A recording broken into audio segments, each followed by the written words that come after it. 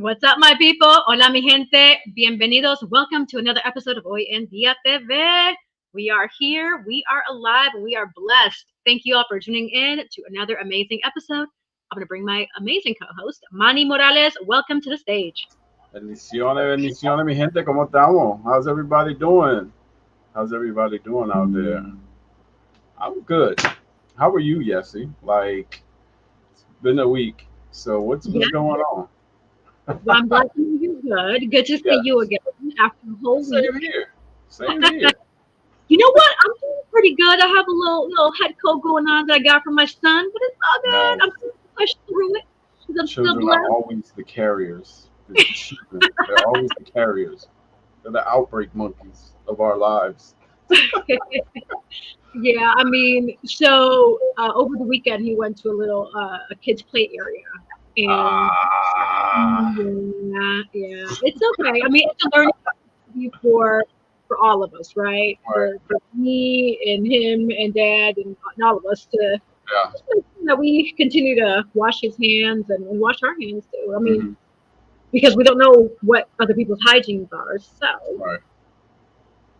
but it's all good. I'm alive and You well. remember that? You remember that movie, The Boy in the Bubble, with John Uh, Travolta? An old movie. Like, it's I'm not. I'm trying to I'm trying to get your age. It's an old movie, real Yeah, old. you're The not. Boy in the Bubble with John Travolta. He couldn't be out in the atmosphere, so he was in like a bubble. Oh, Yeah, yeah. It was it weird. sounds familiar. So I'm gonna have to All right. rewatch it. I want to say, didn't they remake something similar though? I think so. I Yeah. don't know, Oh, but yeah, well, that's what we need to do to our children. Put them in bubbles so they won't get sick. I mean, true. Good point. Good point. But hey, it's part of the process. It's Right, life. right, Um, but yeah, so maybe we have two, well, actually four amazing guests today. right. In two different Amazing. groups. Yes, Yes, absolutely. And I know we usually chop it up, but for the sake of time and respecting yes. everyone's time, we're gonna go and get to it. Okay. All right. So, do you want to do the intro, or do you want me to do the intro? Yes. So this young lady that we have coming on now is part owner of the RDB exclusive. It is a brand. And she does. They do a broad a range of things. So I can't just say like they do fashion shows and events and stuff. They do a lot of stuff, which she's going to explain. And I met her, and she's the most wonderful person that you could ever meet. I adore her. Let's bring out the lovely Miss Bequille. Welcome to Hoy en Dia TV. Hey, Mama. Hey, Manny, you so sweet. I was over Bendiciones. here You're just about welcome. to cry. Oh my You're God.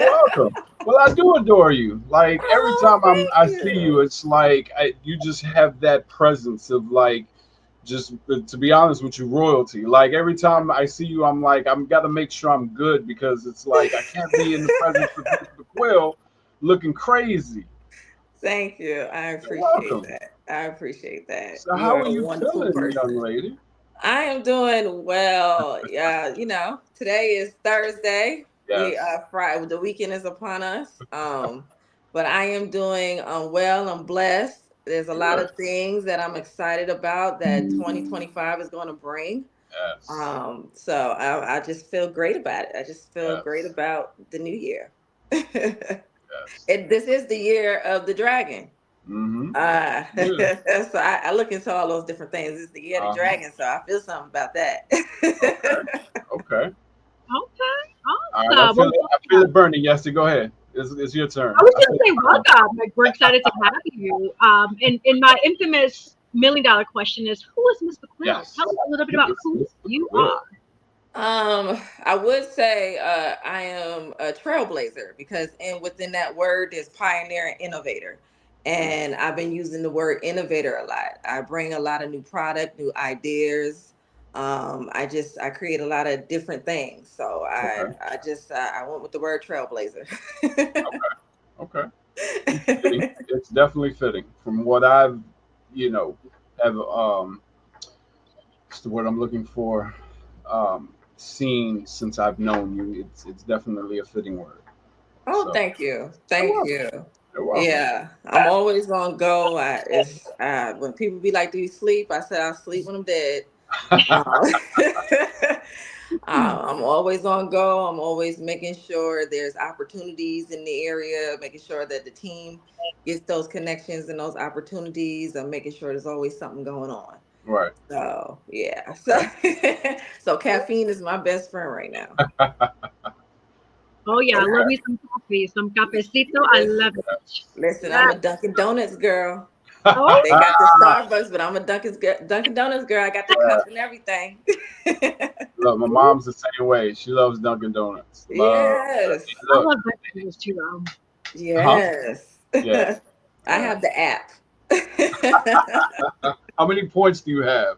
Listen, every time I get my points to get my free bit, my croissant, my sausage and egg croissant. Oh Yeah, Lord. I get a lot of points. So I Yes, get my free matcha, I get my free Yes. croissant, I get it all. Yes. get it. Yes, yes, yes. So, Ms. McQuill, you are co-owner of the remarkable brand RDBX Exclusive, which is also it was seen on Buzz TV and RiverCity Live Jax News. And you have built this unstoppable force, this brand that's making waves across the US. So tell us a little bit more about how you started or how you co-founded RDBX Exclusive. Well, thank you. I'm glad you asked me that. So so it's I am the CEO of RDB. I started with RDB. I started actually to take it a little, a little bit back. I Mhm. started with my clothing brand. Right. And since being from, New York, I'm into fashion. Fashion is within me. Even when I was in high school, the hallways were your runway. You had the newest thing on, and back in the day, we used to lay our outfits out on the bed and get excited to stunt Oh, on the hallways of school because to let everybody see our outfits. So, right. Mhm. Make Mhm. sure the when laces I are right. Yeah. yeah, like back in the day, it was like I didn't pay. I thought $80 for shoes was the cheapest you can go for some heels. So, and it was all about the name brand. So, me being into fashion and then moving to Jacksonville and then being in the clothing stores and actually dressing the mannequins, dressing people. People still remember me till this day. Like, oh, I remember you used to work in that clothing store in the mall. You used to dress me. And people always say I light up. So I was like, you know what? Let me start, my own clothing brand since I'm into it. And I'm very like hands on into my brands. I do the marketing. I come up with the video ideas. I pick the ambassadors. I pick how it's going to Okay. look, where it's going to be placed. I actually set up the whole Instagram account, how it's going to look, how I want it to look. So I did that. And then once I did the clothing brand, I was like, well, how can I attach that to help people? So that's when I came up with RDB, which is Rose du Baton. I don't say it correctly in French because I don't like how that says, so I say it my way. So it's Rose du Baton, which stands for Concrete Rose. And being from New York, that fits very well. Something so beautiful coming out of something with struggles and going through a lot of trials, tribulations. Everybody has a story, Right. and it's just like Mhm. when you showcase your brand, it's like that rose is that beauty, that beautifulness, that beauty behind your story. So it's just like, what? That came out of that? Why? I didn't even know you went through that. We make it look good. So I was like, okay, let's call it Concrete Rose. And Concrete Rose is a very popular word. So I decided to, I use French. So I went with the French way with it and I abbreviated it and called it RDB. My first show was in Dumbo, Brooklyn, New York. It packed out. I had my first celebrity designer there, photographer. It went very well. It like people were coming out of the building like it was. They was like the building was so packed, but that's New York. New York likes it when it's packed. So it was so packed that people were coming out of the building into the hallways. The people in the building were like, "What's going on?"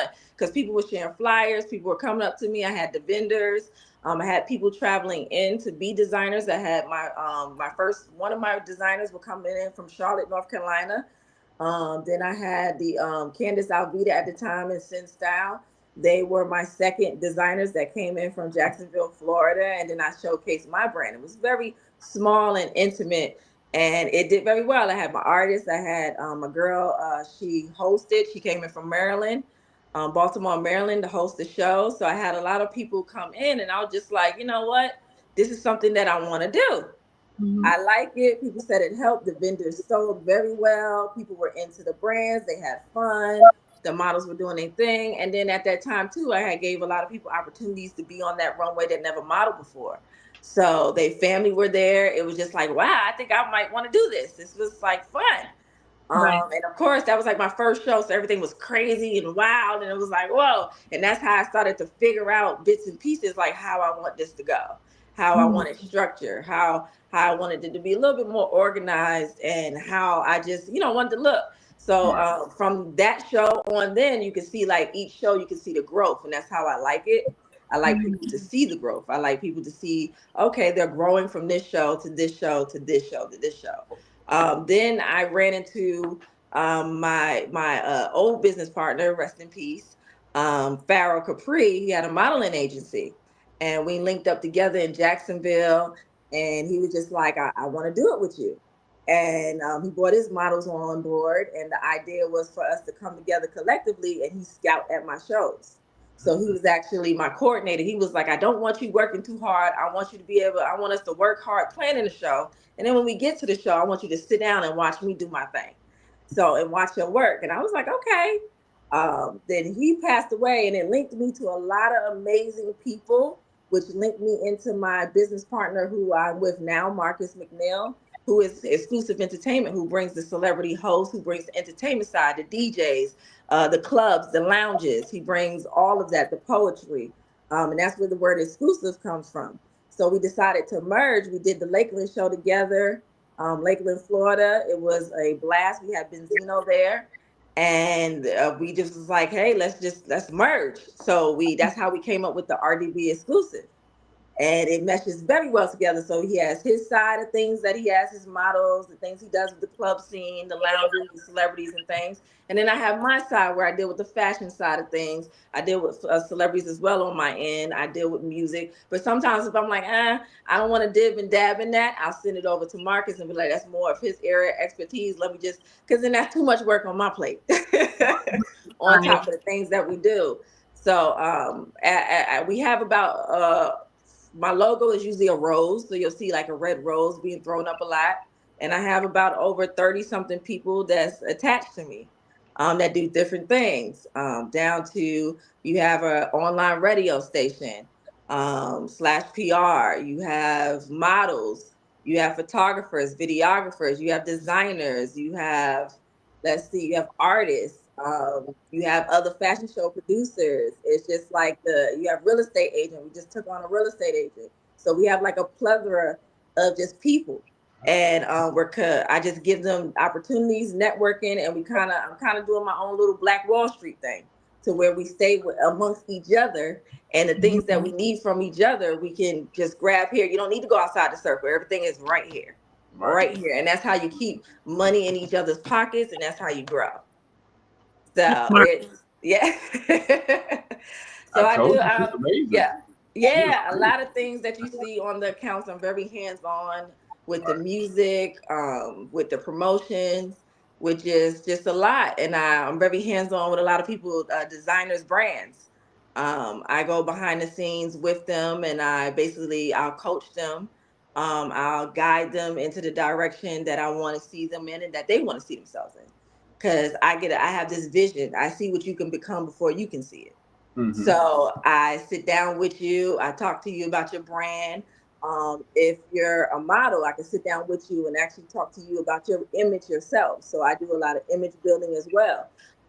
In that I kind of do, like, just to say, I just do a lot. I do a lot, and my work shows. I really don't try to talk about it too much, but it shows within the people on the team. The Right. more successful, the more connections and things I get, that shows that I'm doing what I'm supposed to be doing. Wow. Yes. Your resume is definitely amazing. So my next follow up question is, how is work life balance? Like, how do you make time for just to chill for a little bit, or even do you even make time to chill and spend time with family? Yes, I do. I'll schedule, because meetings and things that I do have, I make schedules for it. Okay. So when people say, when are you available? I kind of give them a set time and things when I'm available. And then Mm. family come into play with that as well. So if I can't really do something, I'll tend to lean onto my family and be like, "Hey," and they've been like a strong support system if I have to go out of town and do something, or if I have to go out of town and support a teammate. Right. If I have to do something like where I'm in now, my mom has my daughter, so Ah, it's family support, family and mhm. friends. That Right. is beautiful. Yes, beautiful. Manny, what questions do you have for her? Because you know me, I could keep asking. I have several, but I'm going to give you the opportunity to ask her questions. Um, so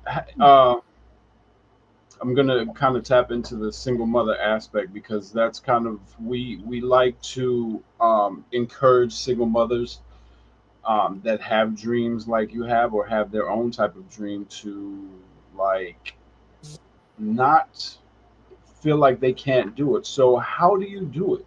Because you just mentioned your daughter. So how do you balance your work life, your entrepreneur life, and your daughter?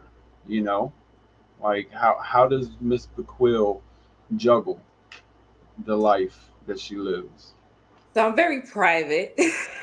Right. So a lot of people don't know a lot. Mm-hmm. But as and I said, family helps out a lot. Mm-hmm. I sit down and I talk with my child. I've been talking with her like an adult since she was a baby because they're very intelligent.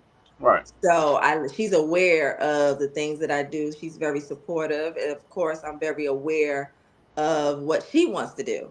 So she was at my first fashion show. That was like the only fashion show that I let her be at because I really like to keep her away from a lot of it until she gets a little bit older. And she loved it, and she was helping everybody. Right. I usually, I have like a calendar. I have the things that, she wants to do. I put my mommy hat on and I give her her time that she needs. And then after I give her her time, then that's when the balance comes in. And then Okay. she's squared away because kids nowadays, she's getting older. They like electronics. So as long as she got her snacks and she got her tablet and, she's good and she's had her fun for the day, she's not trying to pay me no attention. She's getting into preteen. So she's getting close to that. So I usually just make sure that I give her her time that she's needed before I get into things like these fashion shows and things like that. Right. It's I've been doing it for so long. It's kind of like it's the norm for me. It's Mm-hmm. I automatically like it clicks. It's like boom, boom, boom, boom, boom. I can probably have a headset on in one ear, talk to her, handle that going on. So like in women, we naturally we can multitask where Yeah. we can think of 50 million things at one time. So being a woman in this aspect is amazing because it's like you sit back and you're like, oh my God, I did this in one ear and I was able to get her sandwich and things like that done with, on that side and tend to that and tend to this. So it's just I think a lot of have to do with being a woman I and feel like how that. we are masters of Oh, multitasking I has a don't know. lot to do with it. I have to put that out there. That's sexist because men can do the same thing. We just can't have babies. That's the only thing that we can't. We can't push a baby out, but we can multitask. I'm representing for the men here. You know what I'm saying? Mm, Look, that's really sexist. I don't appreciate that. Manny, although I see your point, I do see her point as well. A good majority of men do not have the skill to be Okay, able to I multitask. I'll And you go might with be that. I'll definitely go with that. yeah. Like I've experienced that in my life, in past, where I mean, and it's okay. I mean, that's why you have to find the right balance with a partner or what have you to make sure that the qualities that you may lack on that person has and vice versa, right? That's why we become a unit. But nevertheless, yes. Oh, it looks like somebody said what you Yes, just Milko said he's offended, Miss McQuill. Yes, Milko said he's offended. okay, I won't talk no more about it. So, Ms. McClure, I'm going to ask you this though, because I am big on energy, and with you interacting with so many people, I'm sure they're amazing, right? But how do you vet out the people that are really supposed to be in your circle to make sure that they have the right intentions to help you and help themselves with their vision? And how do you vet the ones that are not supposed to be there? Because um, sometimes they try to creep in and be like, "Oh, I'm here," but right. the energy's off, the vibe is not right. How do you vet those people out? So I'm really good on energies as well. and I can tell a fast talker and a bullshitter from a mile away. Mhm. But at the same tense, is all about the people that you have around you. So anything that I don't catch, they catch. So it's not just bringing people in. They do go through a process where you do have to talk to a few other people. They fill you out, and they're like, okay, I think this person, it would be a great fit. And a lot of the people that are closest to me, they're very well. They're just very good at just energies and people. And we usually watch people for a while. Me, I'm an observer. I'll watch you for a while. And then when I go to these events and things and I see people in their element, I watch you. I see how you do in your element. If you're good in that element, then I want you to come over on board on my side and be what you're great at in your element. Because if you're in your element, you're not gonna mess up. Mm-hmm. And if you're responsible for your element, you damn sure gonna make sure it goes well. So, Right. so you're not going to try to mess that up or bring anything in that's gonna damage that, because that's your money at the end of the day. So, but I'm very good when it comes to just people and vibes, and I have like that. What's that, intuition? I can tell thing. I just get that certain type of feeling, and I can put two and two together real quick about a person. So a lot of people see me, they smiling, but when I'm smiling, I'm doing 50 million things going on in my brain. There's a lot of questions being had in my brain. I'm observing you up and down. I could be sitting there looking pretty, and but I'm still watching you. And I like to see people in their element. So if I'm in the back, and sometimes if you don't know I'm there, if you got a drink in your hand, a drink will really show you who you are. So you get a drink and you got your blunt or whatever you like to enjoy, some music playing, and you're around your friends. That's when I really get to see who you are as a person. Do you still conduct business in that element when you're around these people? When you're supposed to be networking and handling business. So I pay attention to a lot of things, a lot. But if it does ever arrive, because business is first on my end, that you're getting a little shaky, we do have a talk.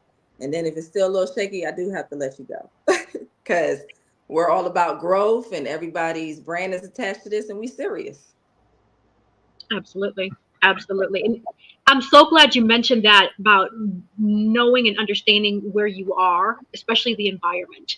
A lot of people don't pay attention to that. And what they don't realize too is similar to you. I've done it too, where people watch, but other people, if you are in an opportunity, people are going to people watch you too. So just be very mindful. Food for thought for whoever's listening and watching. Be mindful of your environment, especially if you're going for a job interview, a model, a casting, or acting casting, what have you, whatever it is, that's the professional area. Obviously, if you're at home, I mean, that's a different story, that's yours. But when you're out in the public, just be mindful, because not only are you representing yourself, you're representing that brand as well. And so just be mindful of your surroundings, your actions, what you say, what you do. Just try to do your best to put your best foot forward. Right. I would like to add to that too. Be mindful of who you allow to speak vision into your ear. Uh-huh. So everybody can't speak vision. You can't absorb everything. Everybody is not for you. You have to be very, very careful. Your mind is like a fruit tree. You can't let everybody put that fruit on your tree. Not every fruit is fresh. Some fruit is rotten. So you got to be very, very careful when it comes to that, because people will do it. They will do it because at the end of the day, a lot of these people are selfish. They're for self. They don't give a damn about you. So it's just be very mindful, keep your mind clear, educate yourself, and just do not. That vision is a very powerful word. Do not let everybody speak vision into your ear. Yes, and I love that you said that. Thank you so much for sharing that. You got this this chat popping over here. Right. Yeah. You will have the listeners and viewers, please put them in the chat, and we can certainly ask Ms. Bequille. Ms. Yeah. Bequille, I like to kind of take it all the way back to the beginning, back to the basics of when you were young, you were growing up. That's just me. I like people to understand the whole story, not just where you are today, but because Not the with me, details. I'm an analyst as well. I like to analyze things. I'm very analytical. And so I need my left hand to match my right hand. Right now I have the right hand, which is present day. When you said you started your business, you started designing. I have that, but now I want to understand, how did it come to this point when you had the store, you were designing and doing all that. How did it come? What happened before that? How did you get inspired to even enter this realm of the industry? And then the follow-up questions to that is why this industry out of all the industries? Well, do you want me to hit that follow up question now before I go down deep? The Whatever fashion you got, industry, go. the fashion industry is $1 billion industry. So it's very broad, and you can do a lot with it, and you can make billions in the fashion industry. It's not an easy industry, but you can make some money in that industry. How it came about, my dad, who passed away. My dad, prior to that, he's been fashion. That's him. Like going to church, his suits. They had to match his Gucci glasses. That's why I can't see, because he can't see. So that's why I have my glasses. Um, he used to make sure that everything was together from head to toe. He's also was one of my mentors. He was the original GOAT. He's the person that had all these non-for-profits. His mentors own streets. He can talk people into anything. He's the person that told me if I ever came to him with an idea and I said, I want to do this, he'd be like, okay, what's stopping you? So when I came to him and approached him about fashion, because fashion, like I said, has been around me since birth. Like my baby pictures and all, gold chains, the flyest sneakers. My mom kept me in like the dopest gear. Just everything. Jewelry since elementary school. Like, why do I have all this jewelry and stuff on? As a kid, I wouldn't do that now to my kid, but it was New York. But like the heart of it is like my dad was into fashion, and that's what I saw growing up. I saw him. I saw how he had to make sure his cologne smelt amazing. He spent lots of money on his cologne, his suits, his outfits. He made sure he was well groomed. He just took very good care of himself, and I was just like, I like that. I like that. He's taught me a lot, a lot, a lot, a lot, and he was my biggest supporter going forward towards the clothing brand, to my fashion show, like everything. So that's where that comes from. That was my motivation. That was the person that was just like, do it. Let's I love go. it. That's beautiful. Yes.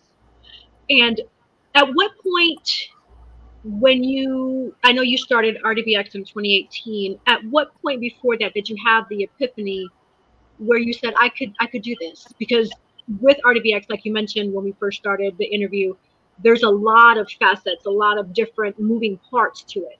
So at what Right. point did you have the epiphany to say, wow, I can do all this? And the reason why I'm asking that is because, similar to Manny's question earlier with regard to motivation, a lot of people don't, one, have motivation to even start anything, but two, they don't know their purpose or don't understand how to find that purpose, and it comes to everyone in a different way.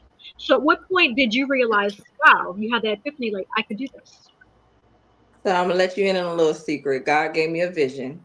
Hmm. I woke up one day. I don't even know, when I was driving, I had a complete vision, and I don't even know how I got home. It was like as clear as day, like a movie screen. Told me, laid it out, showed me the whole brand and how I'm supposed to go about this. So right now I'm just being obedient. And while I'm being obedient to something that I love to do.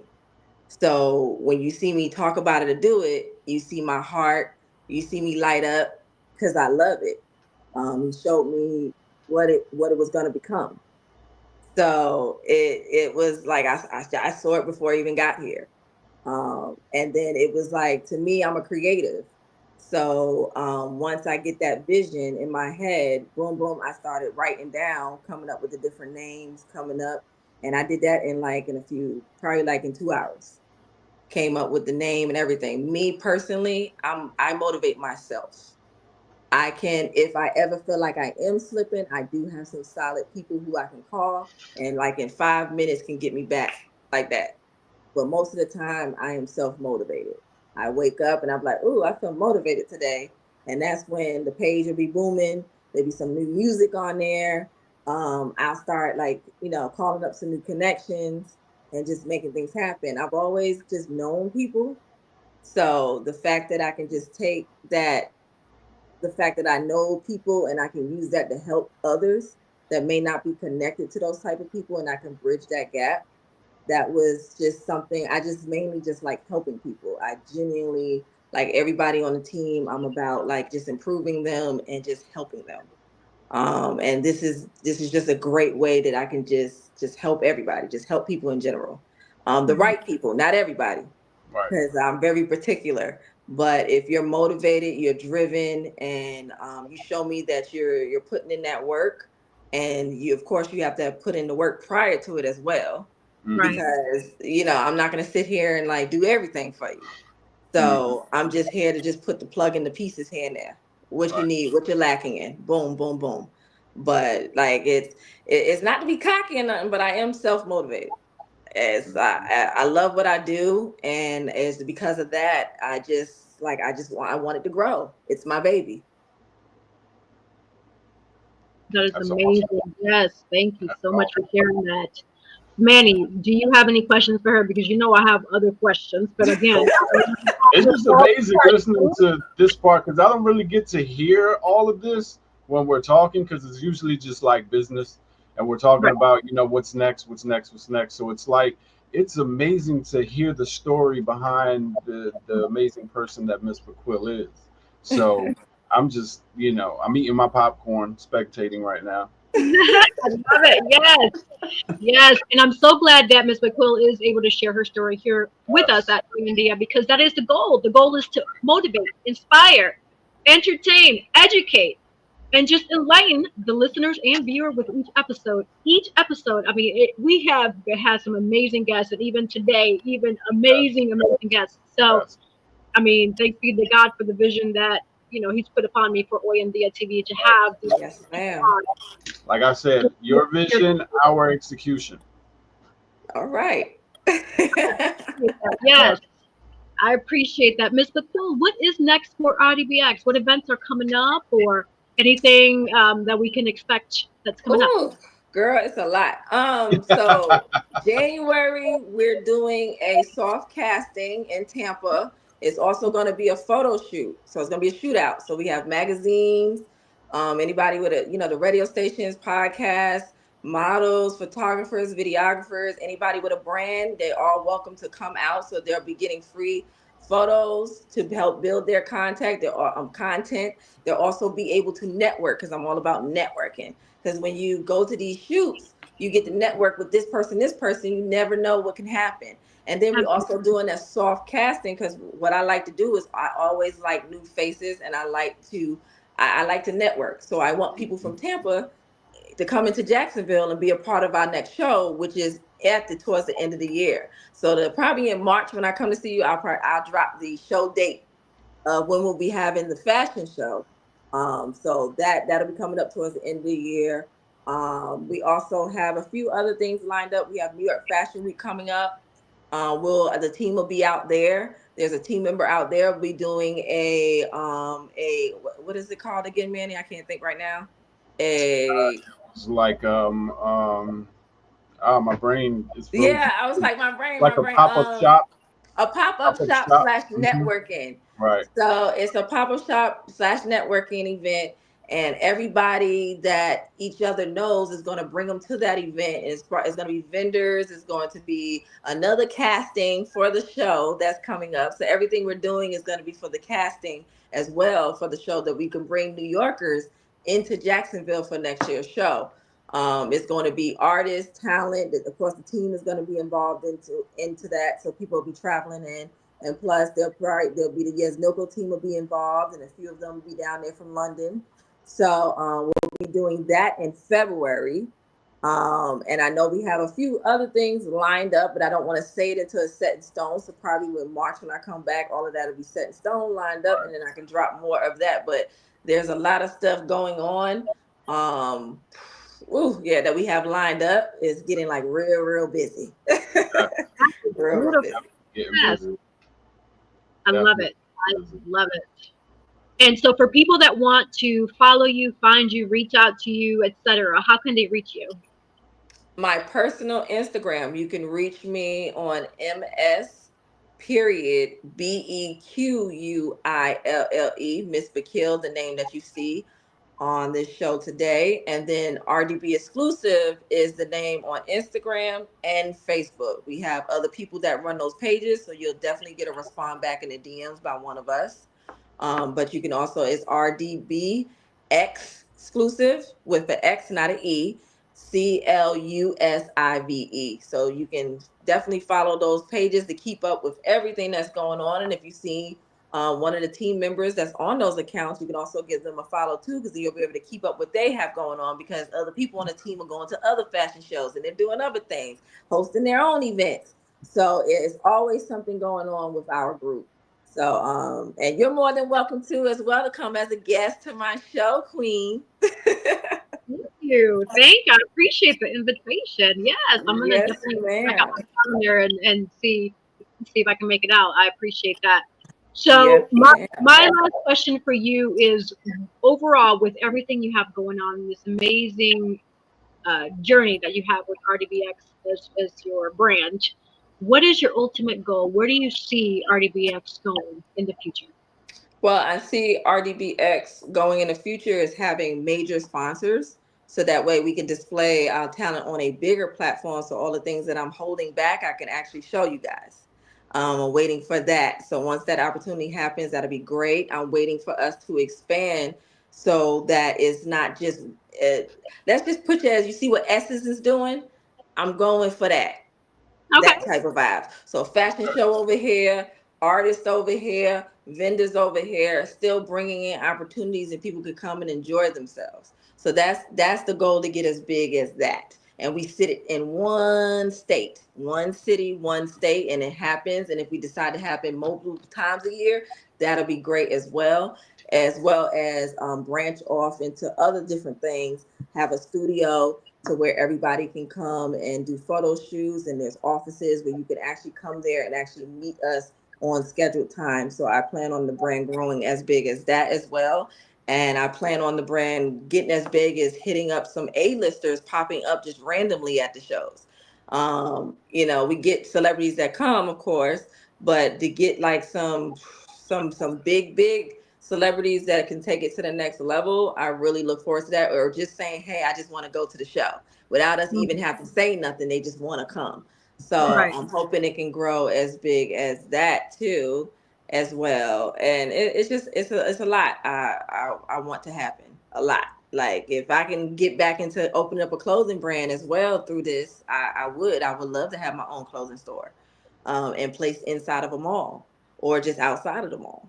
So I look forward to seeing, like, every year it just gets better, it gets greater, and I get more ideas, just Right. more seeping in here and there. Beautiful. And it will. It Awesome. will, because everything that you set your mind to, it will manifest and it will prosper. So continue blessings to you and Yes. everything that you're doing. Everything that you desire is going to come. Thank Absolutely. you. Thank Any you. last minute words? Oh, you're welcome. Any last minute words that you want to share with the audience of Oyandia TV? Do not give up. Yes. Um, Yes. Even if it feels like you don't have the support, they're still watching you. Don't worry about who's not supporting you. Focus on who is. Because when you focus too much on the people that's not supporting you, it's kind of like a slap in the face for the people that are. So Right. just focus on the people that are supporting you, and just keep building, keep getting better, because the better you get and the better you perfect your craft, they will come to you, and the right people will come to you. So let's go into 2025 not focused on who's not supporting who's hating on who. That's negative energy. Right. Let's focus on the positive. Let's focus on who's there with you and who's about to come to you. That is awesome. I love Yes. that. I love it. Well, thank you so much. Yes. We are truly honored Thank to have you on here Thank with you us. so much. And you all, listeners and viewers, you heard it here. Miss Yes. McClure was on here with us with RDBX Exclusive. Follow her, check her out, and her brand. Thank you, guys. You're welcome. Until next time. Great. All right, I'll see you guys in March. March. All right, Manny. Wow. Yeah, that was amazing. That was amazing. Oh yeah, she's definitely a lovely person. She has a good spirit. I can feel it. I can feel the vibe. Like if you ever meet her in person, like she just has a presence about her. Like it's like you just want to, oh man, I'm gonna go fix my hair or something. You know what I'm saying? Like she just has that presence, you know. That's and good. it doesn't.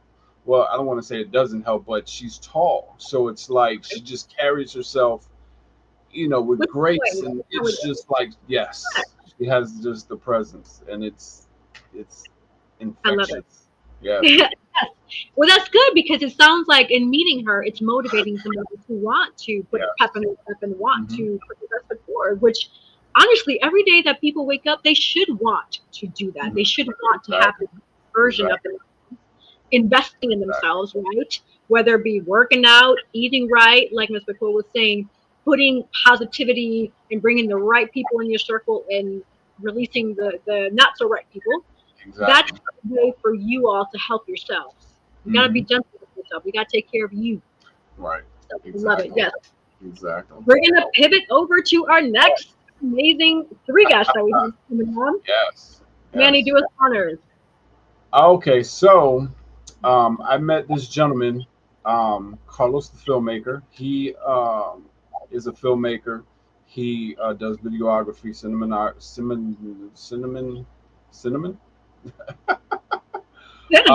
messed that word completely up. But he's an amazing person as well. I did some extra scenes with him. And he has been on Tubi for quite a while with his Soulhood Saga. Okay. And he just did a premiere for his latest film, Future Soul, which was amazing, by the way. By the way, I was in it as an extra, just to let everybody know. Oh, Anyway, okay. yes, this is the one that I was an extra in. So I would like to introduce Carlos the filmmaker. Wonderful. Welcome to the stage, Carlos. Once he stops buffering. There you go. Hey, okay. I'm in the game. Okay, what's going on? What is going on? What is going on? Not much, man. How's it going?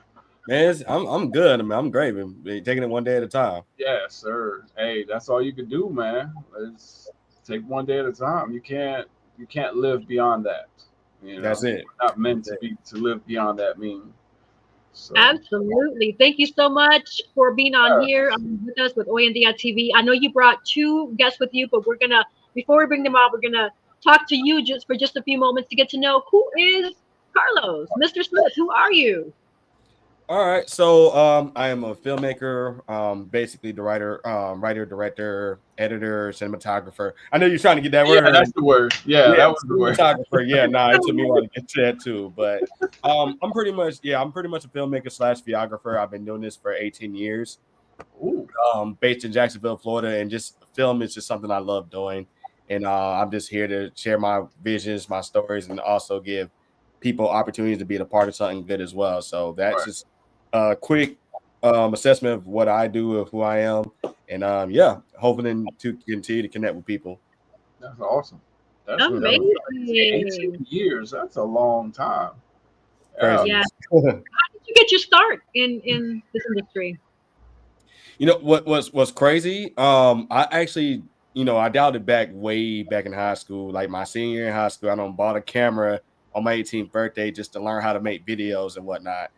And I just started making videos at school, and that was something I always wanted to do. I've always wanted to make movies because of watching movies. I've always wanted to make my own. But yeah, I bought a camera on my 18th birthday, started shooting videos with my friends. And then when I went to college, I just was doing the same thing. I kept upgrading the camera, and I kept, learning the craft a little bit more. And then I had a friend of mine, which really made me start taking it seriously. Mm-hmm. I had a friend of mine named Uncle Reese. He's an artist, really cool person. He literally showed up at my house with a camera, bought me a camera. And that's when I really started like trying to learn how to make bigger movies. Bigger videos, and then that's why I turned into doing my short films and feature films from that point on. That's amazing. Somebody that believed in you so much and bought you a camera like that. That he's seen the skill that you have and just the amazing vision that you portray in your videos. That is amazing.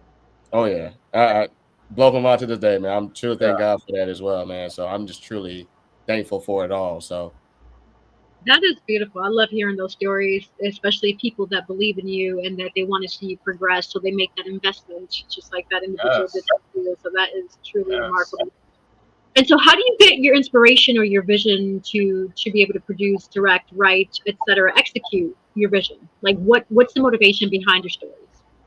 um, that's a great question. Number one, but the biggest motivation is just to be just because I see it as a way to express myself because I do get misunderstood at times.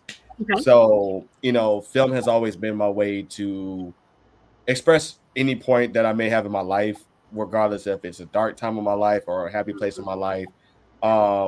That's where it stems from the end of the day is my personal stories that I've gone through. And I just take those as motivations to be able to, just talk to people about it visually in this case.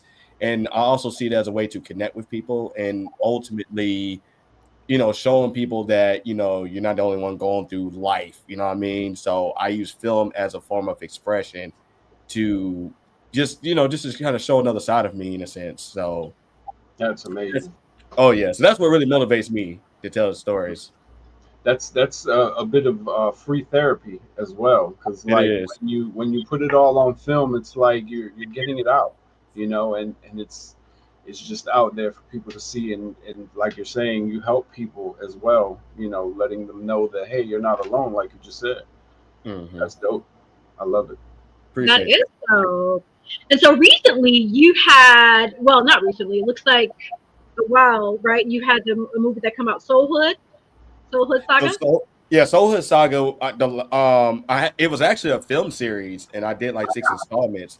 And the last two is on Tubi now. But so that was last year. I did the finale of the series last year, Okay. in May of 2023, and went out with a bang on that one. And then what's crazy about that series was that it was supposed to be just one film entirely. And then after the first one was done, it was well received at the time, and I just saw the potential to keep doing that series and Mhm. just kind of did his own thing. And but yeah, that was something I did last year for sure. Amazing. Is it still available on Tubi for people to watch if they're interested?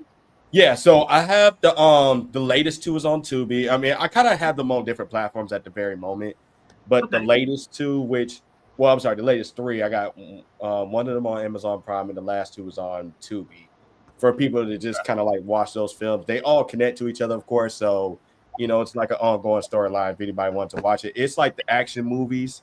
So if anybody like good fighting scenes and like cinematic action kick, those type of movies I definitely can tell you, you would definitely love those films for sure.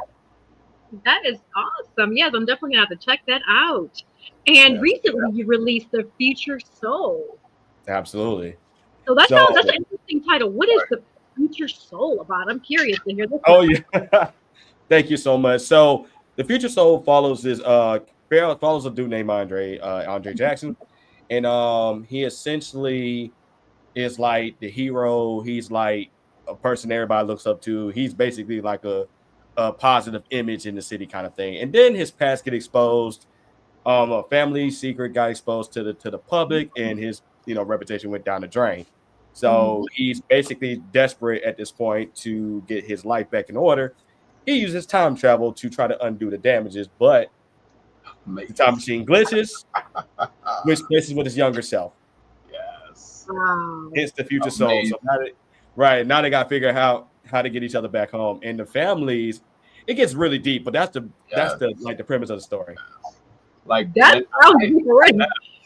look, when I did the extra scenes, like I was just in a couple scenes, but when I seen it like put together, it was amazing. Like there was nothing else. There's nothing else I could say. It was just an amazing movie. I think everybody should go watch it as soon as it comes out on streaming platforms. Thank you.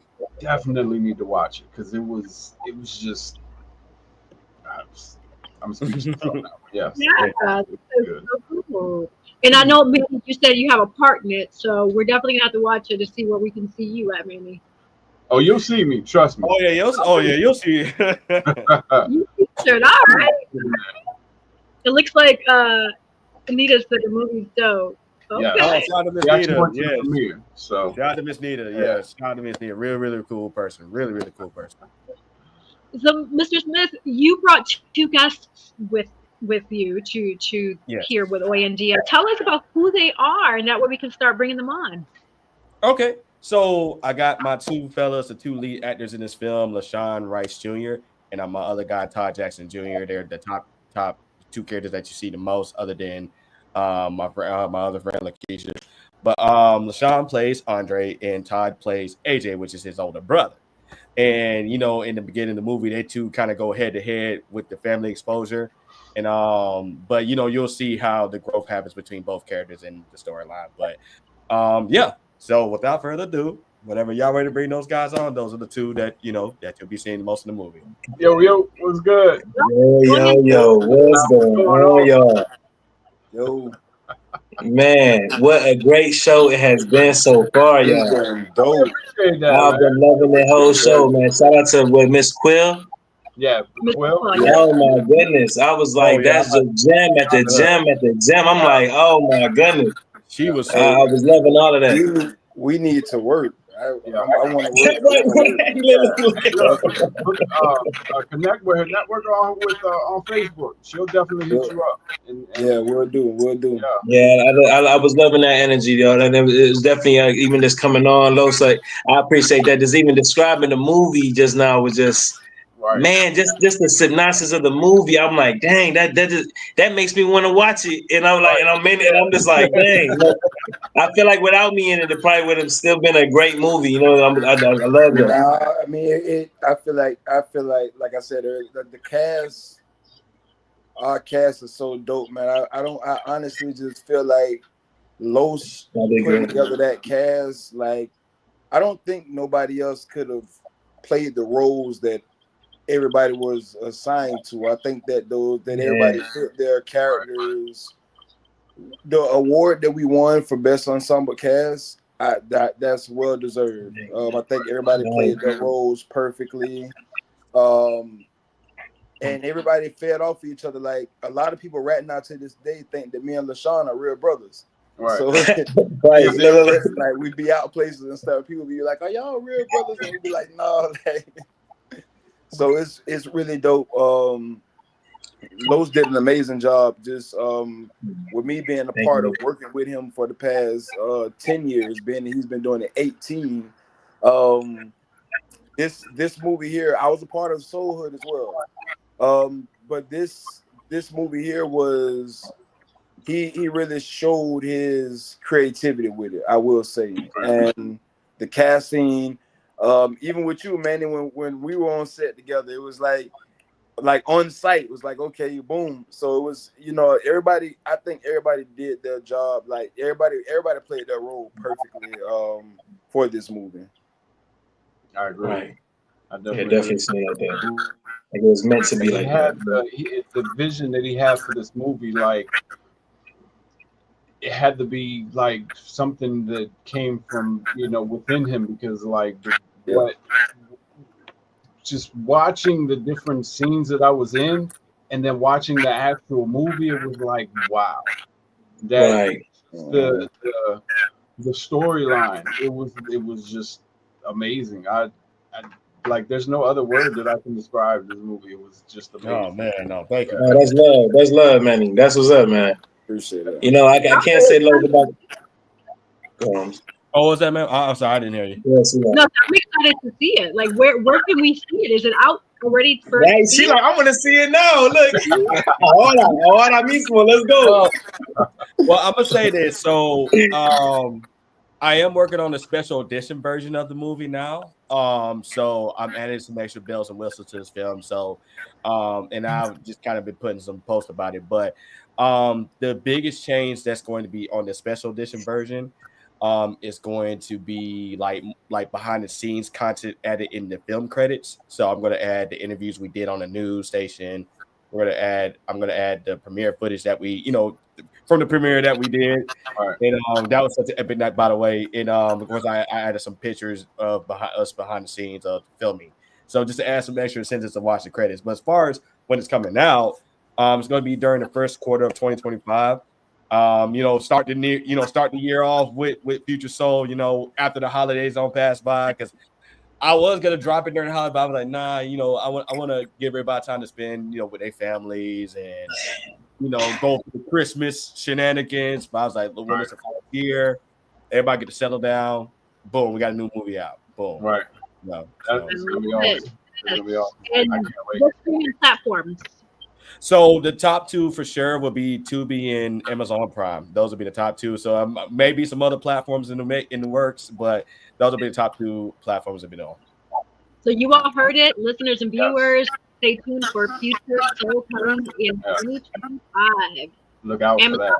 And Tubi, yes. Definitely look out for that one. Definitely. So I want to get to know some of these actors, these two actors. So Sean, how did you start in the acting industry?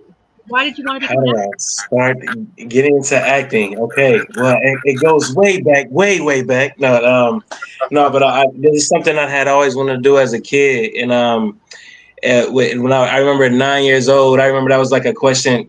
That was a question I was asking, like, what do you want to be when you get older? And then I'm looking at Jim Carrey. He's playing Liar Liar on the screen. I'm looking up. I'm like, I could do that. Like, I'm a kid though, something. He just having fun on the screen, and not even thinking that it would even lead to now, because of like, I started a family young. I had joined the service. I was in the Navy for 10 years. I've been doing things even outside of that, and I'm just like, man, to do this now, it seems completely 180. So what ended up getting me to actually doing it, I'm on my way out of the service. I'm taking my kids back, home to the mom, and I'm asking them, like, what do they want to do when they get older? And they ask it right back to me. So I tell them I want to be an actor, and they said, like, well, why didn't you do it? And I'm like, do I tell my kids that life just kind of be lifing right now? I'm like, nah. So I was like, but it felt like time slowed down. Like I had to tell them something. I just told them, like, Dad just didn't do it yet. I did all these things. I just didn't do it yet. Like, that's like the next thing on the list type thing. So that alone kind of just threw a lot of fuel to this dream I had as a kid that is like, it's kind of funny for myself in a way to look at it, because I'm like, man, I'm doing it for real. Like I'm in just from taking the classes just to say I have it on my record. It's like I have, but then there's something in me where it's like, dang, you feel like you found your thing. You know what I mean? Like, and that's something after already feeling like you done lived a couple lives already. I feel like you've done more than a lot of people already. And it's like, man, I'm still growing into the next, I guess, chapter of myself. You know what I mean? Like, it's just wow how life evolves like that. And I'm this guy from Cleveland, Ohio, coming up here, like, becoming a part of Los's first sci-fi film. That's history. In Jacksonville, which is the first Hollywood. Mind blowing. I'm learning all these things as I'm mastering the craft. I'm like, it's all the love that come with, all the history that come with it, all the community, all the culture. And I'm like, it's really dope. It's really amazing just to be a part of that. So I guess it started just from a childhood dream. So there it goes, Jesse. Okay, all right, that's great. Thanks for sharing that. And I heard, as a fellow actor, I heard the key word that you said, you took classes, or you take classes, which is very important, because similar how people have education to either get a degree, get a corporate job, etc., you are also investing in your career as an actor, which is, I salute you. That's very, very important.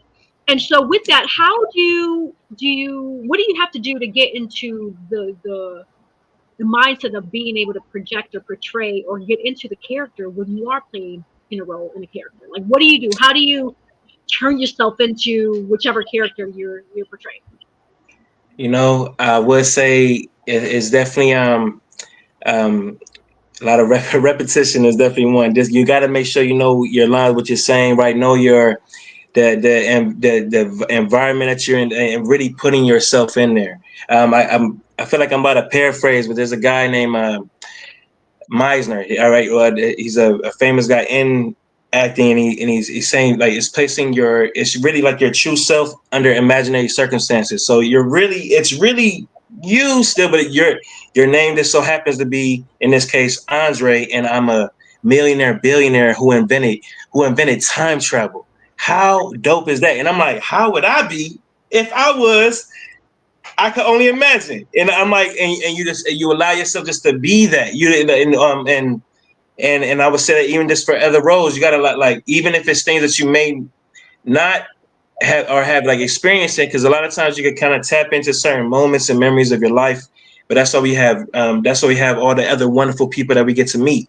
You get to come across people who have experienced those things and learn from them and speak with them, because just because like I haven't gotten shot and I pray I don't, but I don't want to, you know what I mean? I can just ask them, how did that? Okay, that hurt. Okay, yep, I got you. I believe you. You know, like I don't have to go. Some things you don't have to go through, but you could kind of just learn from people and how to and get what they felt from those things, right? And that's what you're really trying to get. You're trying to portray those feelings, get people to really feel like they are witnessing it in reality themselves, right? You want them to really be there. So I guess the more that you feel it for yourself, I would hope that the audience or whoever's watching it would feel it as well. So I would say that's the key, is really putting yourself in those places and just understanding, okay, if my name is like for a woman, if my name is Sarah, then well, this role I'm playing Michelle. Okay, let me be Michelle. You know what I mean? Like, if I'm Jake, then right now I'm John. Okay, what am I doing? I'm a football player now.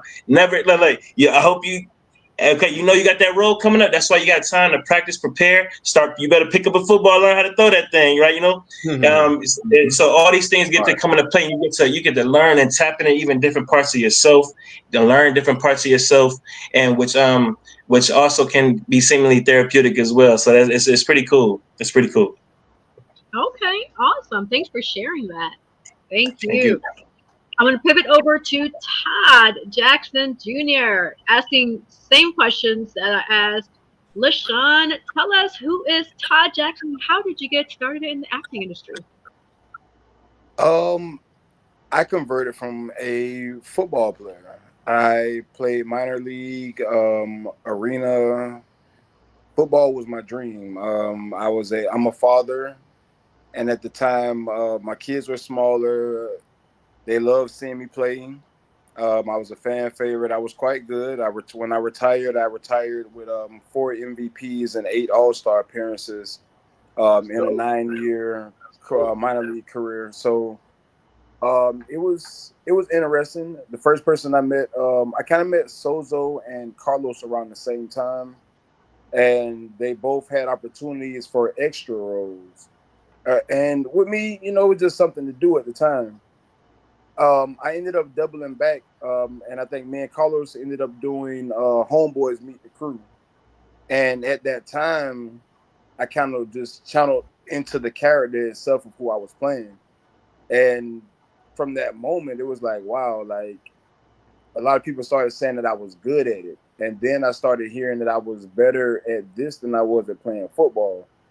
Well, if I'm better at this than I am at playing football, then this might need to be, my focus. So um, I went from working with Carlos. We put together a demo reel. We submitted it to Southern Casting Agency in Atlanta, that's the casting agency for Tyler Perry Studios. I ended up getting a role as an extra on the show Sisters. And from being on Sisters, everything kind of like skyrocketed from there. It went from Sisters to I had a lead role in a movie called Josiah, The Fall of Lieutenant.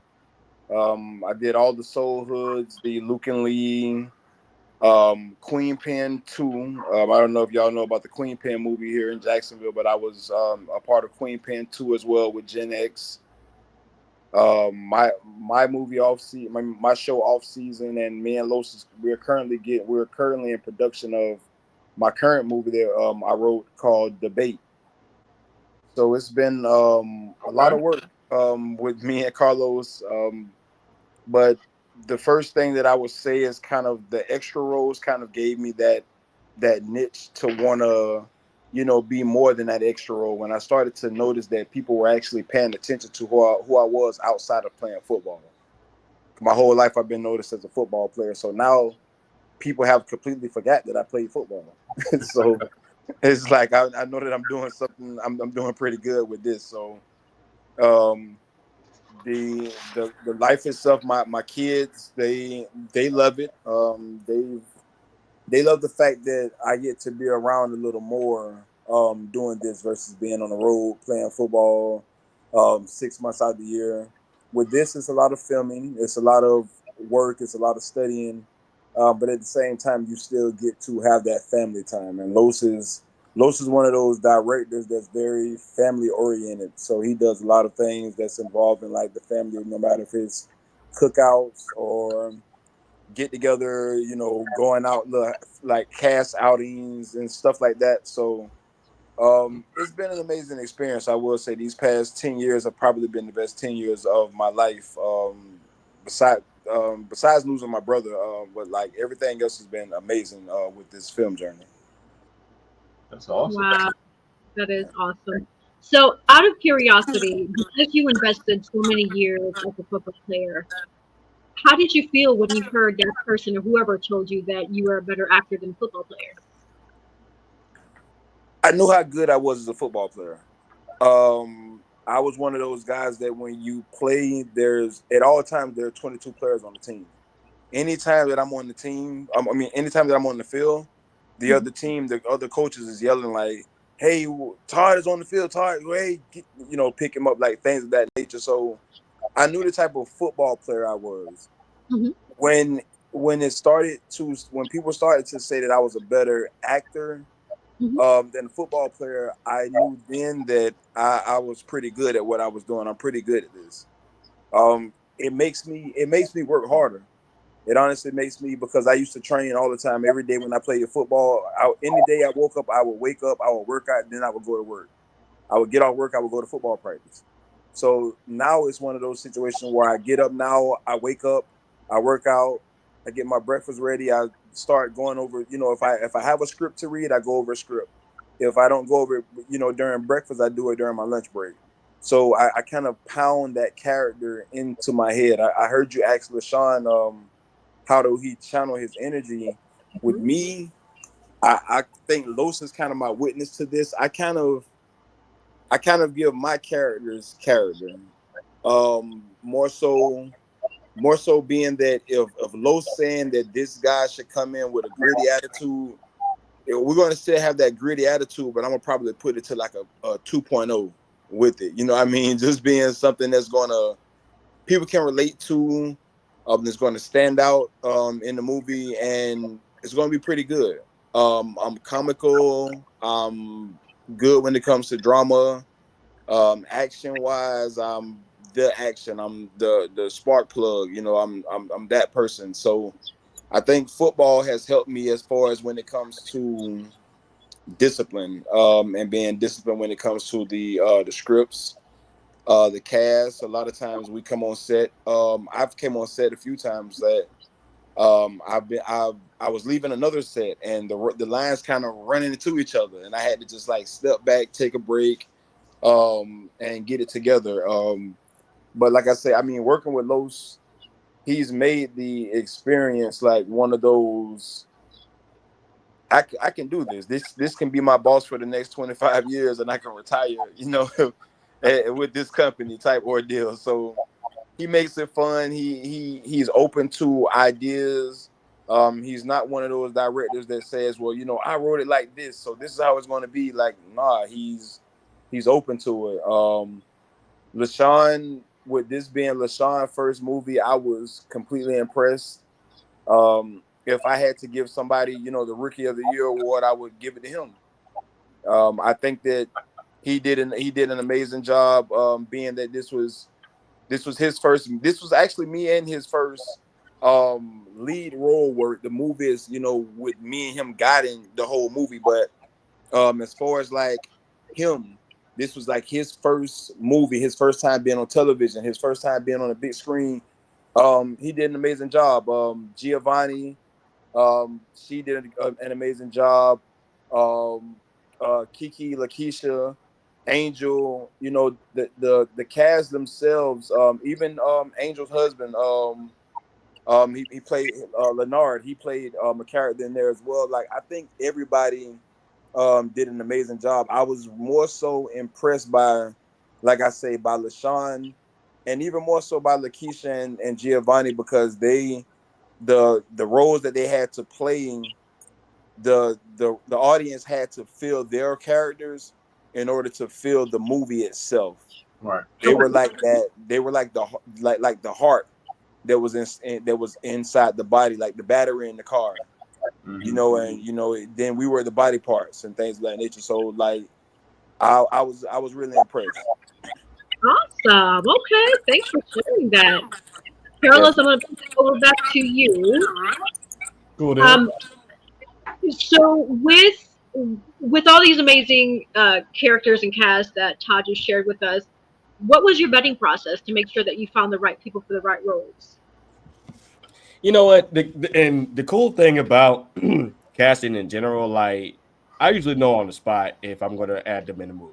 I know on the spot. Like, so let's just say, and I always try to give people like a fair shot. Like, I do like in-person casting calls and I do virtual casting calls. So I just to make sure everybody has a chance. So I'm very mindful of the fact, sometimes you can't make it to the casting call. Sometimes you may have to work that day. You know what I mean? I want to make sure everybody gets a fair chance. But usually once I'm sold on somebody, like once I see them audition, I'm like, yeah, that's it. Like LaShawn, for example, the moment he auditioned, I already knew he was Andre. Like, and that was one of the most biggest roles in the film. Like, that was like, at least 30 plus people auditioned for Andre, like at least. Really? And the moment LaShawn did it, I was like, yeah, that's Andre all day. Like, like I was so like, same thing with Todd. Like Todd, and even with Todd, I said, look, I think I reached out to Todd because when I wrote AJ, Todd was the first person I thought of when I wrote that role. And I reached out to him and let him know, hey, I have a role that you might fit in. You still got audition, but you might fit this role. So I'm just letting you know. And then, same with Giovanni and Kiki and Angel, like the family characters per se, like, I was already locked in with them. And it's like, yeah, they're definitely, that's them. So usually I just know offhand. Now, I do have instances where there are some people there's like 2-3 people that did a phenomenal job on an audition for one character. And that's usually when it gets tough. And I have to watch these auditions over and over and over just to make it a sound decision at that point. But usually I know offhand whoever goes up and they get the role. Okay, wow, that's great. So I will say this. I've noticed, because I've helped with casting before, that a good amount of times people that audition for roles tend to, I guess I would say, tend to get within themselves. And I guess what I mean by that is they don't always deliver the best of who they can deliver, right? They get too nervous, or they're just not believable. And I'm gonna be honest, even with a lot of movies that are out today that I'm seeing that are indie, a lot of those characters, they are like pricks. Like, they should go to school because I don't believe you, and I'm watching it. So what would be the word of advice that you would give to those actors that may want to audition for you in a future production, a future opportunity? What words of encouragement or advice would you give them to make sure that they don't really, that they deliver the best foot and not hold themselves back, I guess I would say. And that's a great question. I try to make it clear that, I understand that it can get intimidating at times, when you come audition, and I get it, but I always try to let people know that I'm very easy to talk to. I'm not, I try to make it as comfortable as possible, in a sense where, well, not necessarily like that. Well, I'll say in the sense where it's like people feel like, I want the environment to be a positive environment, because I don't want people to feel nervous, and because you can shoot your own shot, you can shoot yourself down the foot like that. You know what I mean? You can shoot yourself in the foot. But so I do encourage people to just like, and what I personally do, I post the casting call information at least a month ahead of time, because that at that point I want to give people enough time to prepare for the casting call. So, I'd say, hey, y'all got a month, y'all got a couple of weeks, so and so. So you know exactly what time that you need to get ready. I give people opportunity to ask me questions too. Like, so if you got questions, like let's just say, hey, what do I need to do? What do I need to bring? Like, I'm open for questioning. So if you got questions to ask, just ask me now before the casting call, so you know exactly what you need to do to be ready for it. And because I've had, there's instances where, there's people that audition and they like kind of you could tell they were nervous. You could tell that they was like, you know what I mean? Like, it happens, like some people can crack under pressure, I mean, it can happen. I've even had even down to the kids, so even there's kids to auditions too, obviously. And I remember one time a girl started crying on auditions because she was just that nervous, you know what I mean? Wow. And yeah, so it's just like, it can get intimidating, but I do encourage people to just ask as many questions as you need to ask. Like, at least for me, if you have questions, just ask away. I ain't gonna bite or nothing like that. I will literally sit down and say, hey, and Manny, I think you've seen me go live a few times here and there to talk about the casting call. So I like to go live at times and be like, hey, this is Q&A. This is like, hey, any question you ask me, ask away.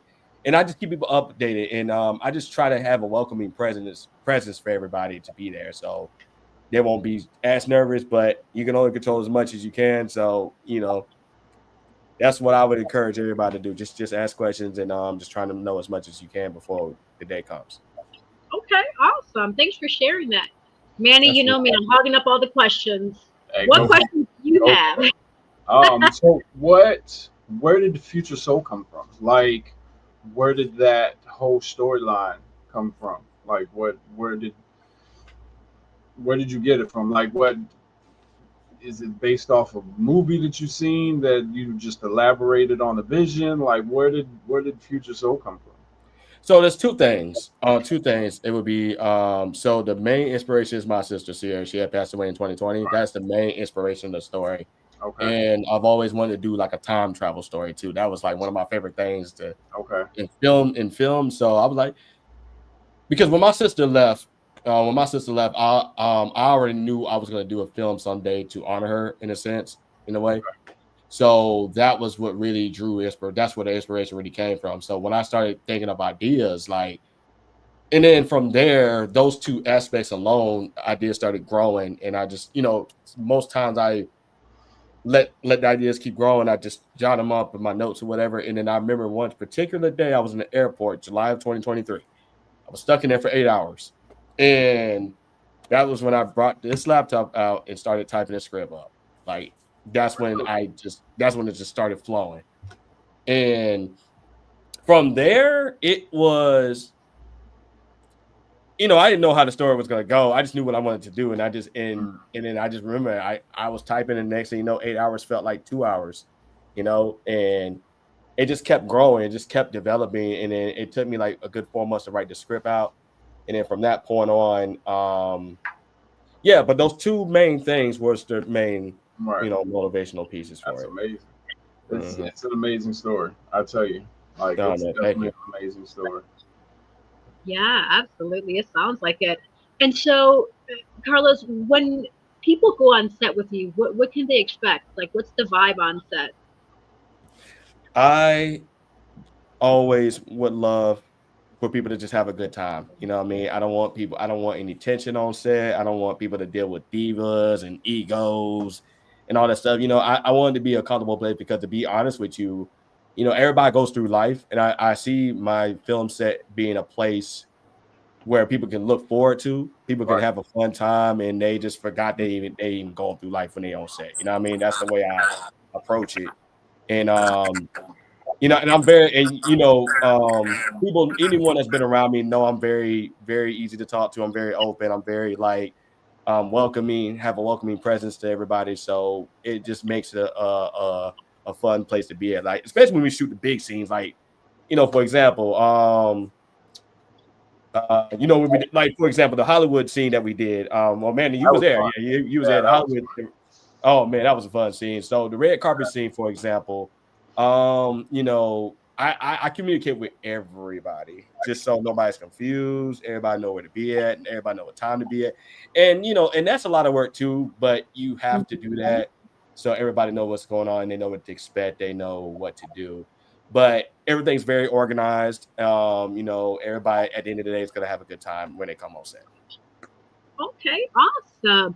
As a screenwriter and producing these great movies, what would you say would be some of your pet peeves of coming on set, and what would you want people to work on if they have these pet peeves? Ooh, pet peeves. Like I said, thank God I've not had to deal with these recently. Don't like the biggest pet peeves, and Todd will tell you, Todd have been in it. I ain't gonna tell the story. Todd, you've been on some of my movies, you've seen it happen.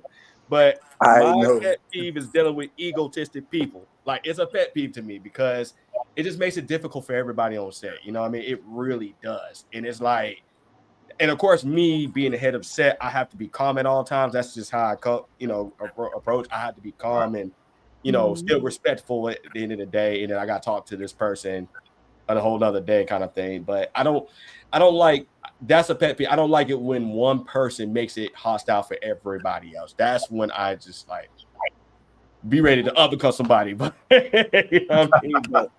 But thank God I have not had to deal with that recently. I'm one of those, and it's just something I don't tolerate because at the end of the day, I want it to be a fun day. I want everybody to have a fun time when they're doing these projects with me.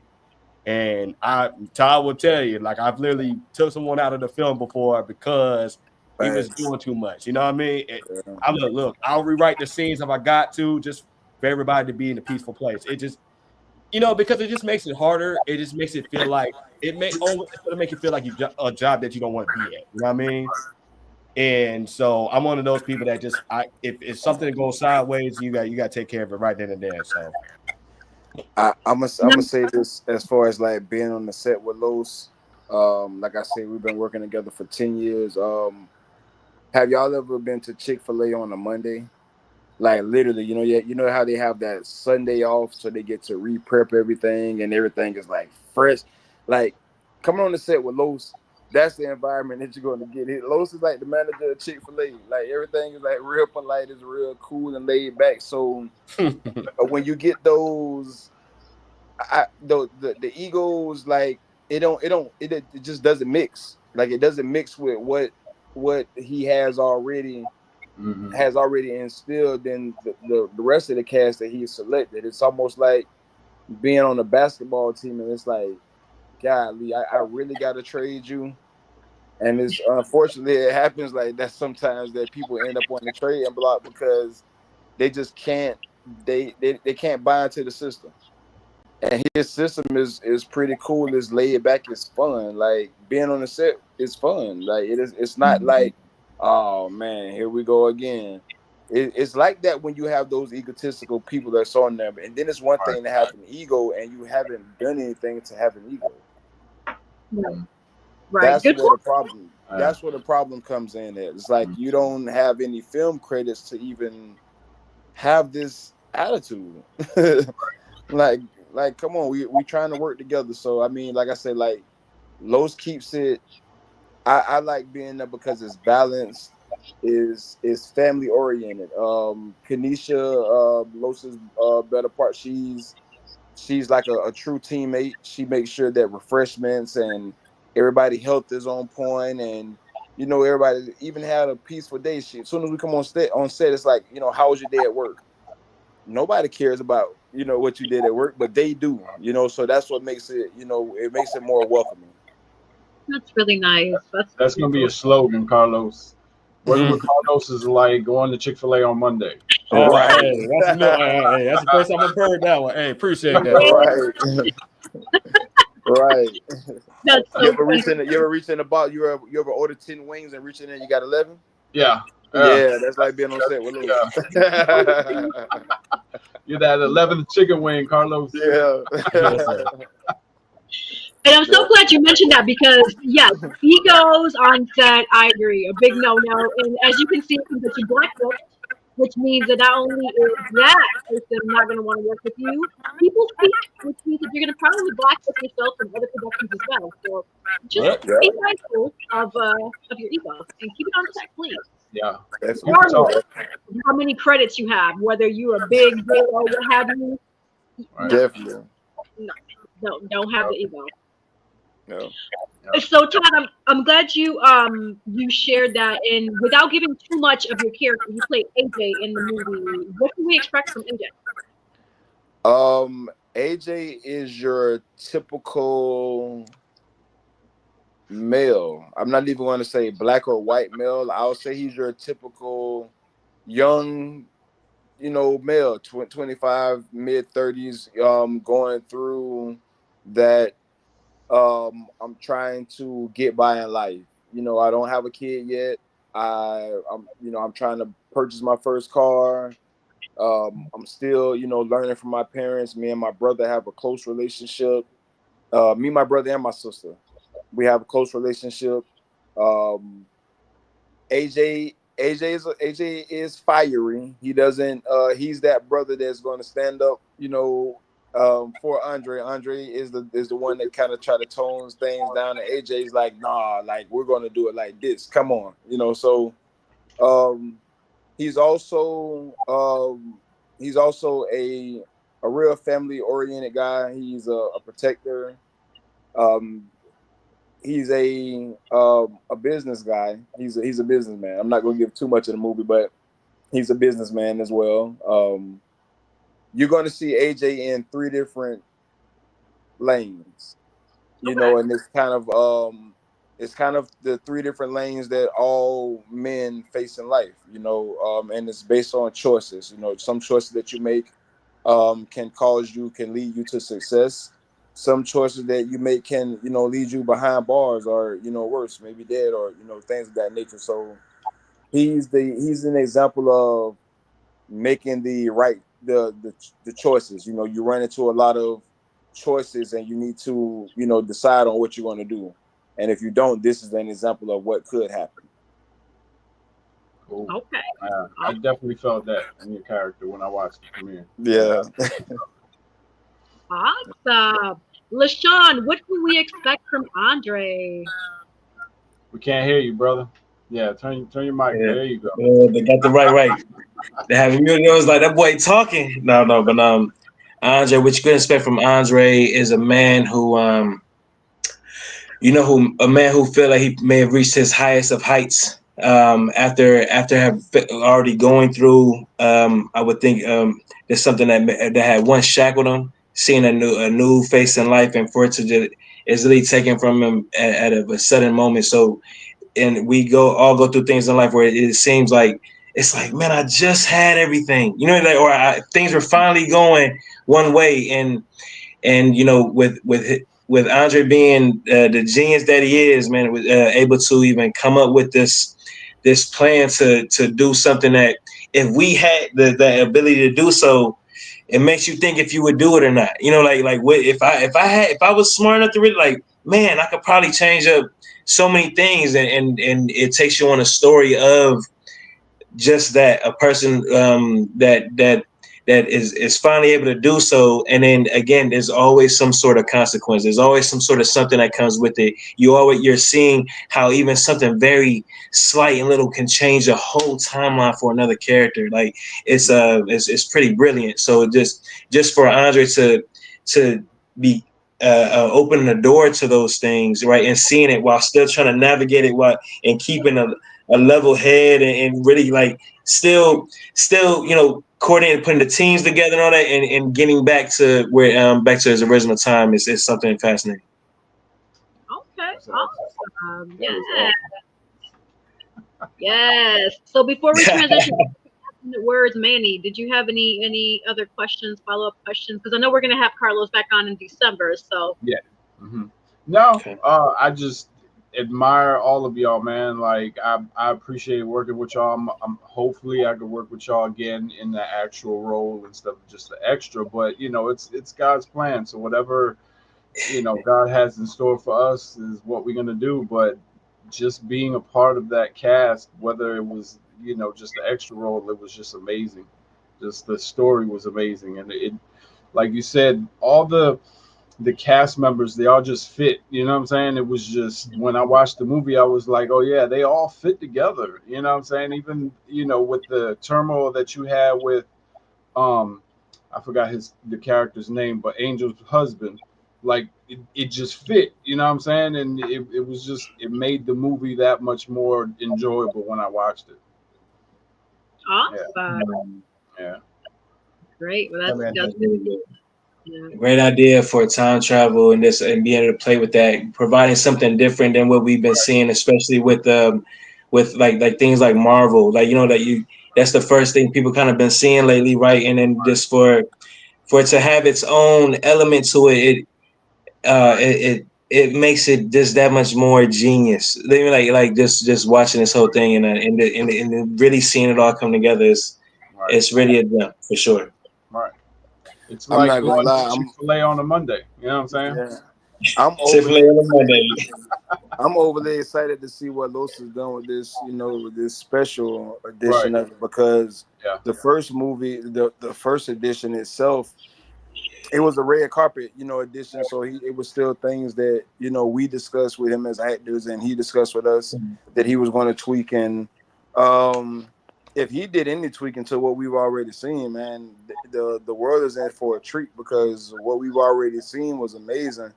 So being that, you know, he's tweaked and he's added some more, what he's basically added is, you know, the part of our lives, like our real lives outside of the characters who we are. So the world gets to interact with us with that premiere that everybody didn't get to make the premiere. So being that they get to see that, you know, with the movie, that's almost a gift that he's providing. So I think it's gonna be dope. Manny, got a role for you now. If you Okay. want, yeah. Hey, hit me up, man. I'm definitely with it. Hey, we need a dad in my movie debate, and I kind of feel like with me and Dennis Maldonado, like between us two, I think that you kind of fit that character role. So we need to talk. Los, I think, man, it might be good to play the pops role once the house get invaded. There you go. I'm with I it. love that. I love that. Yeah, Yeah, I love that. I'll audition for real. I got you. I like it. Okay, that is awesome. Look at you, man, getting booked up. Right. Y'all do y'all thing. Look at y'all. Going to shows, going to movies. I'm trying to be with y'all.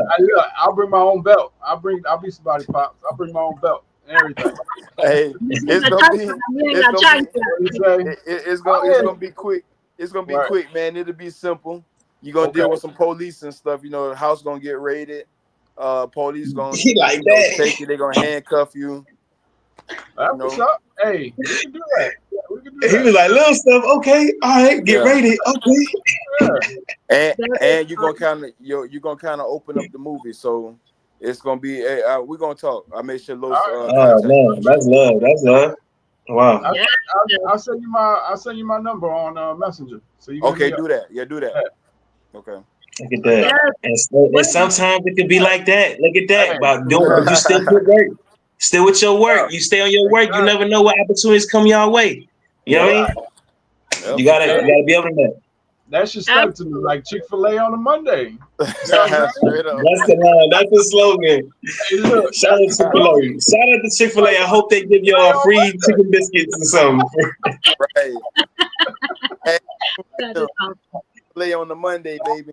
Yeah. Hey, look, that could be a film. Like, Lowe's, what's up, man? Chick-fil-A on a Monday. Chick-fil-A on Monday. How about that? Yes.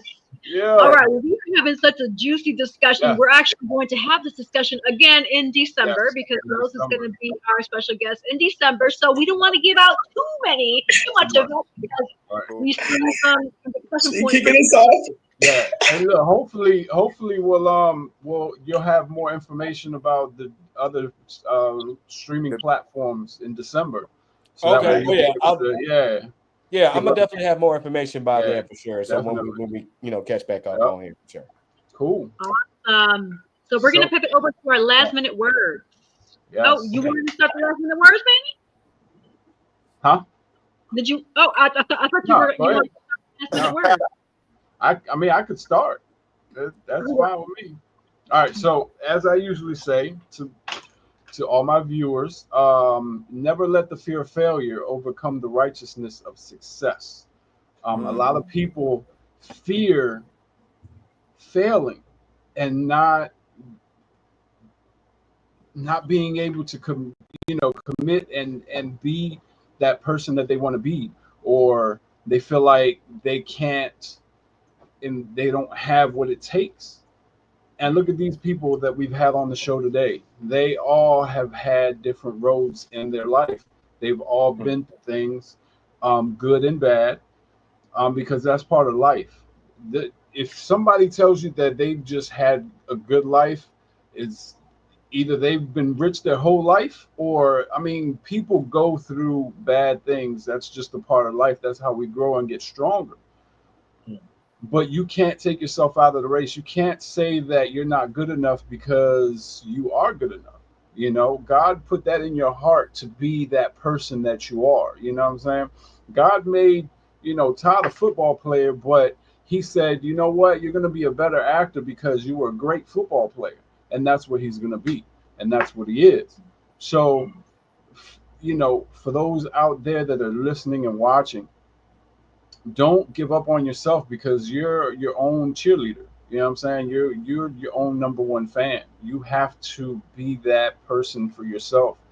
Of course, you're gonna have supporters at some point, but to be able to commit and be successful, you have to be consistent in what you want to do. And if you don't stay consistent and encourage yourself, you're never gonna get anywhere.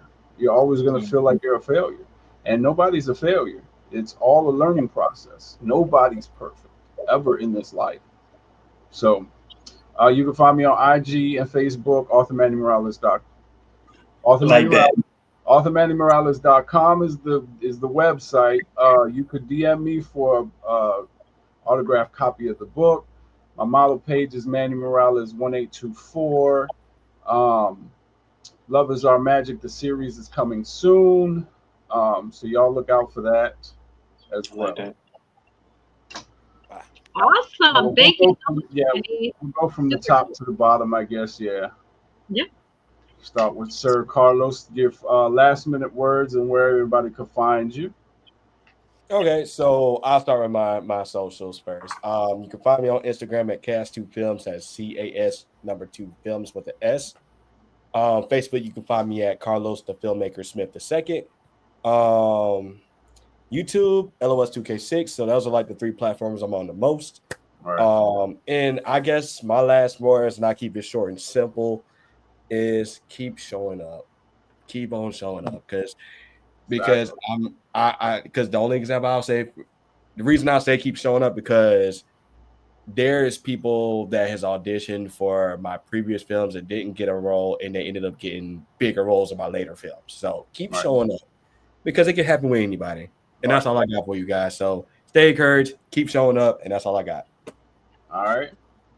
All right, Todd, what you got, my man? Y'all can follow me on Instagram at DAREAL Todd Jackson JR. I just added the JR on there, so make sure you add the JR to find me. Also on Facebook, Todd Jackson Jr. or Todd Jackson JR, because people, for some reason, they type Junior in when I tell them Junior, but JR dot parentheses actor. What else? YouTube, a lot of stuff that is on YouTube is on Lowe's page too, so y'all can follow Lowe's page on YouTube. But yeah, my final word, stay ready, so you don't have to get ready. A lot of times people, they'll say that, I'm not ready to audition, or I'm not ready to show up, or I got to get my hair done, or I got to get a haircut. Stay ready. You never know when your number is going to be called. I was told this my whole life playing football. If you are the next man up, you never know when you can be the next man up, and that next man can cause you to be the man. So just stay ready so you don't have to get ready. Yes, sir. Yes, sir. Amazing. What about you, sir? Sir Rice Jr. Right, Sir Rice Jr. Sean. Like I would say to everyone, my last words to do what you must to maintain faith and keep your cup full. Know that there is a light inside of you all, and that is to be transferred into love, so, and to encourage you just to be love and continue to spread love and follow in the footsteps of love, and you will be well on your way. Because that's always the answer. Y'all can follow me at LaShawn the Phenomenon on pretty much every platform outside of Facebook and maybe like Linktree or something. And on those, you can follow me. It's LaShawn Rice Jr. So awesome. That's awesome. Pleasure. All right, Miss Yessie, it's your turn. Yes. All right. So first of all, I want to say thank you to all of our guests. You all have been truly amazing. Thank you all for the listeners, the viewers, people who wrote in. I mean, it's just, wow, a truly amazing show. And I'm truly honored that God put this vision on me and we have the right people just helping execute the vision. So that is the goal for OMDIA. We aim to inspire, enlighten, educate, motivate, and entertain you with each episode. And I know we did that today. I mean, hey, if you missed it, you got to recap. And also, you can find us several platforms. So we are on IG, we are on Facebook, we are on YouTube. You can hear us on Spotify, on Samsung Music, Apple. Oh no, not Apple. Amazon Music. We're getting to Apple. iHeart Music, Pandora. Yeah, Apple is being a little funky towards me because I don't have an Apple phone, but it's all good because I'm gonna work on that. Yeah, she doesn't have an iPhone. She's the other person. I'm Samsung.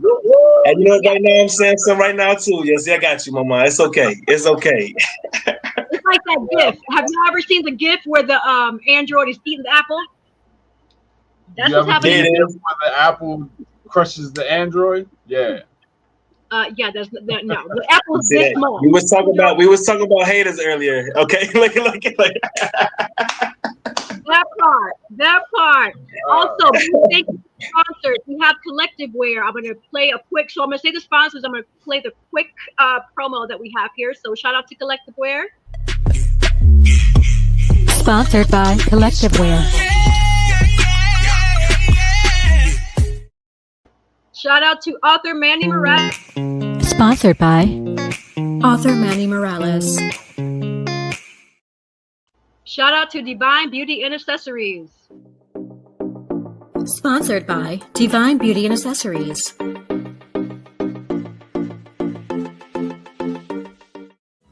Watch OMDIA TV Thursday, 7:30 p.m. Yes, shout out to all those sponsors, Collective Wear, author Manny Morales, and Divine Beauty and Accessories.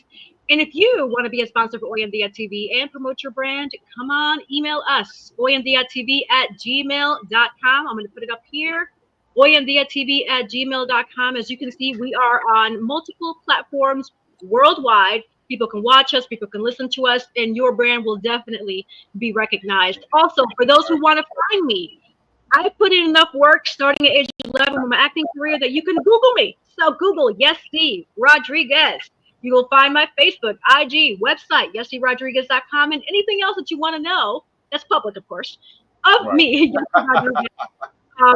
Similar to the first guest, I am private as well. I don't share too much, but what I do want you to know, it is available out there for you to see.